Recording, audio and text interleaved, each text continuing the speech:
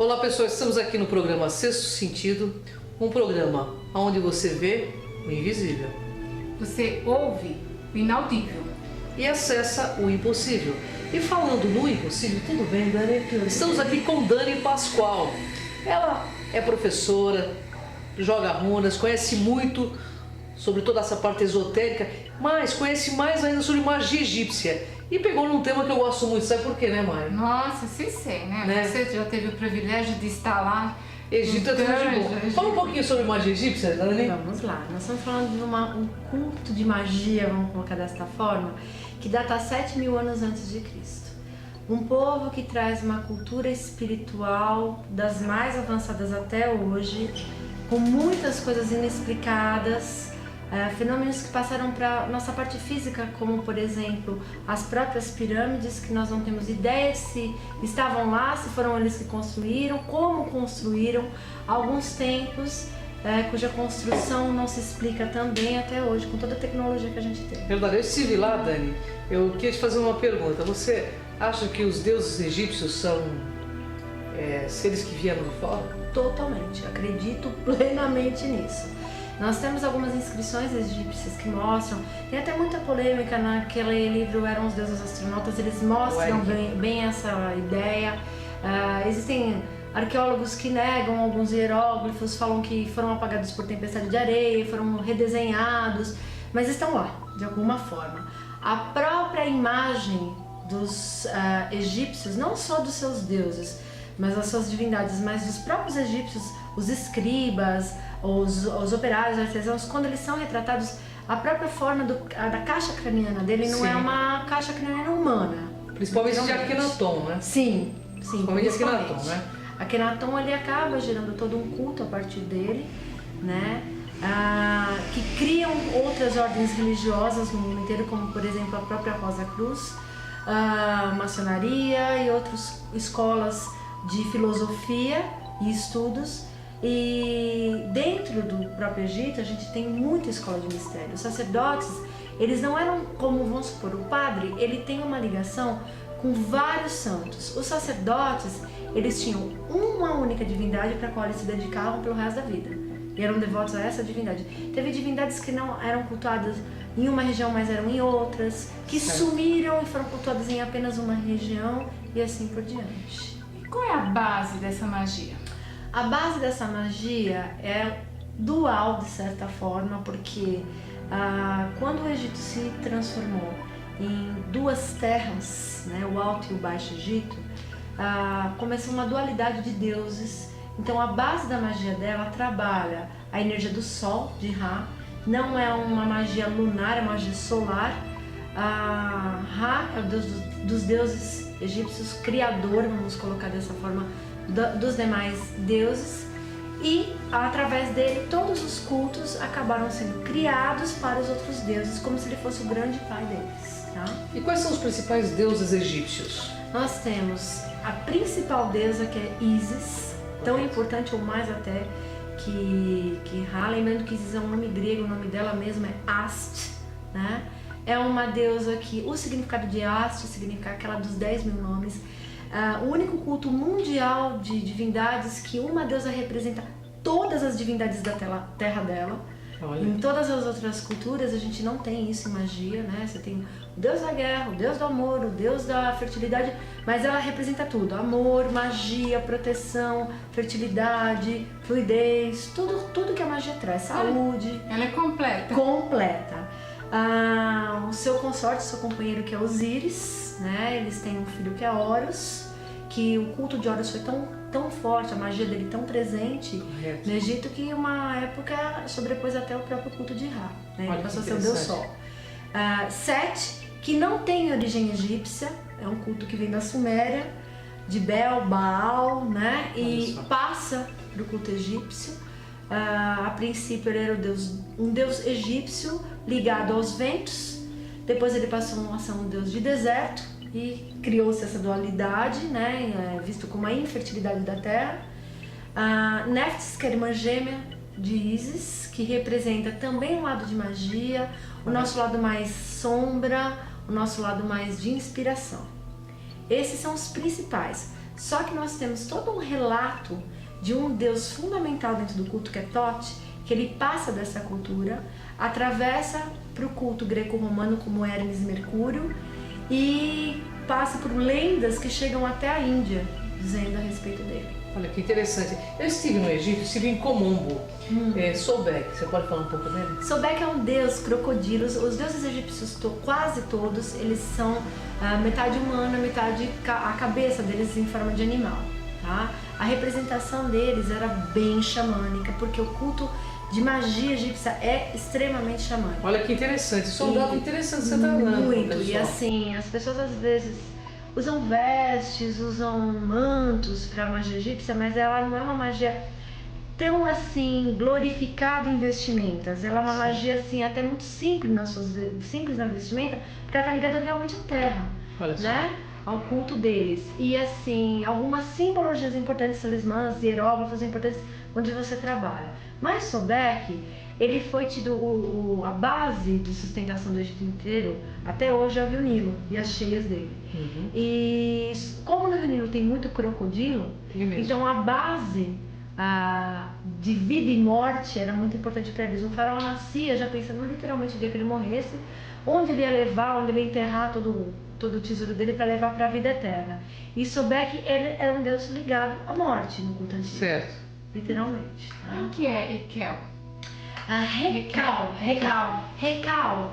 Nós temos uma deusa que é Requete, é uma deusa com cabeça de sapo. O culto dela também foi muito importantíssimo. Passou para a história greco-romana como Hecate, a mãe do submundo. A própria desinência, o próprio nome é originário do outro. E Hel, dentro da cultura nórdica.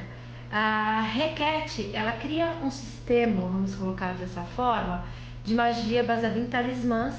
Esses talismãs são rezados, orações em egípcio, não em árabe, que é muito importante, há muita confusão, as pessoas praticam magia egípcia falando árabe. Árabe é um povo egípcio hoje. O que a gente tem hoje no Egito não é egípcio, é árabe, realmente. Era o povo do Oriente Médio que invadiu o Egito. E ali, hoje em dia, se fixou. Mas assim, Requete, você utiliza os recados da seguinte maneira: você pega um símbolo talismânico, como por exemplo, olho de Horus. Dentro desse símbolo, você faz uma reza que pode ser próxima ao objeto, pode ser em voz alta. Você consagra com incensos. O incenso é a principal oferenda dentro da magia egípcia, como eu falei, uma magia de oferenda simples. Com vinho você pode consagrar. E faz essa oração com mantras em egípcio para pedir alguma determinada coisa, já ligada à proteção, abundância, sabedoria, prosperidade, e utiliza esse talismã. No meu caso, eu utilizo ele como um pingente, mas você pode utilizar na porta de uma casa, para quem trabalha com cura, num ambiente, dentro de um espaço, por exemplo, quem trabalha com feng shui, com feng shui no popular, num ambiente de harmonização também. Olha que interessante, né? Pelo esse gancho do olho de Horus, as pessoas usam a magia pro lado negativo, ao invés de ir colocar o olho de Horus dentro da casa da pessoa para que ela também possa ver. Me explica direitinho isso daí. Ótima pergunta, Mari. O que acontece é o seguinte: a magia egípcia, ela tem um lado muito pesado nela. As pessoas às vezes falam assim, fizeram macumba, magia africana. Vamos lembrar que o Egito está na África. Verdade. A nossa querida magia de vou amarrar na boca do sapo é uma magia egípcia, para Requete, a deusa sapo. Então as pessoas no Antigo Egito, eles não tinham a noção de Deus como um Deus único, bem e mal. Essa dualidade nesse sentido de eu vou morrer e vou para o inferno. Eles tinham a dualidade do bem e o mal, mas não de pagar por aquele mal. Então, a magia era pesada. Se utilizava sangue, sacrifício. Hoje em dia, por uma consciência mesmo, vibracional, espiritual, nós não fazemos isso. Substituímos, por exemplo, vinho por sangue por vinho, um sacrifício animal, nós fazemos uma comida para ser servida, né? De origem egípcia, que vai dar o mesmo resultado sem ter que fazer um sacrifício de ninguém, literalmente, de nenhum ser. Só que muitas pessoas às vezes utilizam determinados símbolos egípcios que têm força assim muito grande, como é o caso de olho de Horus, o olho de Ra, que deveria proteger o ambiente, para eu consagrar dentro de um recal, fazer uma reza em cima dele e me projetar dentro da casa, de um ambiente de alguém e literalmente saber o que está acontecendo. Ah, e é o olho que vai ver? Não necessariamente, mas a pessoa vai estar sabendo, vai estar sendo intuída. Alguém vai vir contar alguma história. Por exemplo, eu boto na casa do casal para saber como está o relacionamento deles. E se houver alguma briga, eu tô sabendo, e aí eu posso me aproveitar disso por algum motivo. Vocês Uma forma meio negativa. Bem negativa, né? Bem negativa. Mas infelizmente existe. Existe, né? E o deus Anubis, ele tem alguma coisa a ver com isso ou não? O deus Anubis, ele não tem a ver exatamente com isso, porque ele é um deus também ligado à morte, ele era o deus da mumificação. Correto. Era um deus que embalsamava os corpos 14 dias de ritual, literalmente, com máscara mortuária. E era tudo feito um preparo. Ele recitava vários recaus nos objetos que ele colocava nas múmias, né? Os sacerdotes dele e nos mitos dele. Ele teria sido o primeiro mumificador, né, de Osíris. E através disso, as pessoas acabaram, como é um deus ligado à morte, então também pode fazer mal. Mas eu acredito que o culto mais assim mal interpretado é o de Sete. O culto de Sete saiu do Egito. Nós ouvimos falar hoje em dia, às vezes, até sobre satanismo, que foi uma troca do nome de setianismo, que é um culto a Sete. Certo, olha que legal, e originou uma ideia totalmente contrária do que seria ele. Ele é um deus necessário, porque ele é o deserto, ali é uma região muito abundante em deserto, então tem que ser glorificado por alguma coisa. Mas infelizmente as pessoas não... Eu falo assim, sempre que você for estudar magia, estuda mitologia, você vai se aprofundar assim, muito na magia, vai conhecer e saber fazer ela bem. Correto, isso Agora, é as importante. pessoas, Deus ligado a Satã. Não tinha nada de Satã no Egito Antigo, então fazem uma confusão enorme. Violenta, né? Existem muitos cultos que saem do Egito. O principal que a gente tem aqui no Brasil não tem nenhum templo, mas em Portugal tem, que é a Quemética. Quen é o Egito, a terra de Quen. Certo. Então a Quemética ela traz ainda cultos próximos, só que a gente tem escolas que saíram da Quemética que infelizmente utilizam esse lado ruim e pegam esses deuses como Sobek, como Requete, a própria Isis utilizam de uma maneira Uma forma negativa. ou vampírica, né? Olha só, hein? Ele passasse uma magia, né? Sim, de bem-estar das pessoas, né? Para desestressar, talvez, porque hoje as pessoas estão bastante estressadas, a cabeça, né? Tudo a mil, né? Você podia passar uma magia para a pessoa ficar bem calminha? Toda vez que você for precisar se equilibrar, a primeira coisa que a gente aconselha dentro da magia egípcia é oferendar um incenso, seja do que for. Certo. Quando a gente está dentro da magia mesmo, a gente dá preferência para incensos de origem egípcia. Então, né, que utilizaram, como é o caso da mirra, o olíbano, o sândalo. Existe um incenso árabe que é o bahur, que é uma resina que a gente queima, então pode ser muito cheirosa. Vocês encontram assim 25 de março nos empórios árabes. Então a primeira coisa que você pode fazer para já purificar o ambiente é você. A segunda coisa, existe uma erva que é o hibisco vermelho, de origem egípcia. Inclusive tem um chá lá chamado carcadê. É o carcadê. Que eu tomei muito, que deixa você assim meio ligado. Exatamente, ele é extremamente energético, então você pode utilizar para subir a tua energia em todos os sentidos. Às vezes sobe até a pressão, tem que maneirar, tá? E assim, pode ser servido gelado, pode ser servido quente, pode ser feito ponche com carcadê. É uma delícia bom o carcadê. com carcadê. Utilizar em receitas mesmo.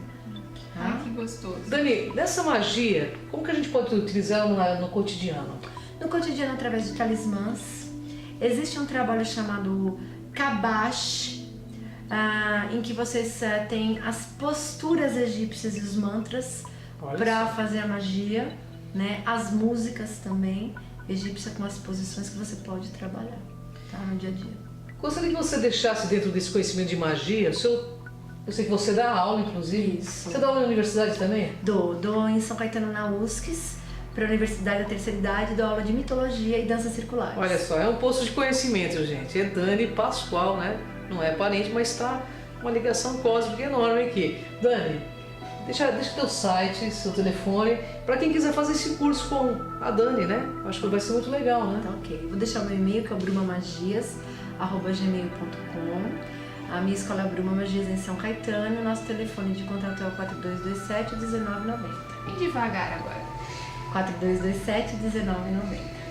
Perfeito. É isso aí, né, Mari? Infelizmente uma pauta deliciosa, mas a gente já tá encerrando. Poxa vida, é triste, né? A gente tem que deixar tanta cultura, né? Não, a gente vai voltar aqui, a gente não vai deixar. Porque aqui o normal é ser diferente, né, O Mari? normal é ser paranormal, né? Totalmente. Aqui tem a Dani. Até a próxima. Até o próximo, gente.